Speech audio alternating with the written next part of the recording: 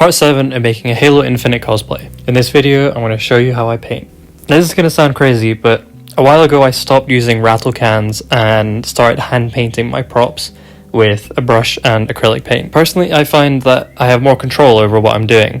I can paint where I want, I can do custom colors, I don't have to worry about masking because I can just be precise with a brush, and it's a lot cheaper. And if you're wondering how I remove the brush strokes and the paint lines, after I put down the color with the brush, I go over it with a natural sponge and stipple it to give it kind of a textured look. This breaks up the uniformity of the brush strokes and gives it a nice, really subtle texture. And don't be worried about any kind of like high spots or anything like that when you're doing the stippling.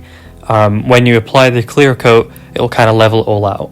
The way I like to paint is by doing different color blocks. So I'll start with the darkest blue and paint over the whole armor set wherever that color is, and then I'll move on to the next color, which is kind of like a lighter tealy blue color, and then I'll go through the armor and using references from the game, I'll paint on those colors to the certain parts of the armor. For the people who have played Halo Infinite, I was recreating the mil-spec armor coating for the Mark 7, although I have decided to go like a couple of shades darker. I just preferred how it contrasted against the visor of the helmet and some of the yellow parts on like the accents of the costume. You can see here I'm going in with a much smaller brush than I've been using before.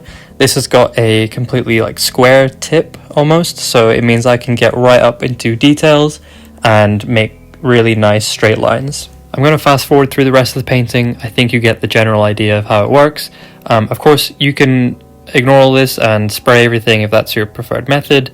This is just one way of doing it. Now, this video is just going to be the base colors going on. The next video, I'll be adding the satin clear coat and doing the weathering. In the meantime, here's some footage of the fully painted base coat on the armor. If you enjoyed or learned something new, please leave a like and share it. If you have any questions, let me know in the comments below. And thank you very much for watching. I'll see you in the next one.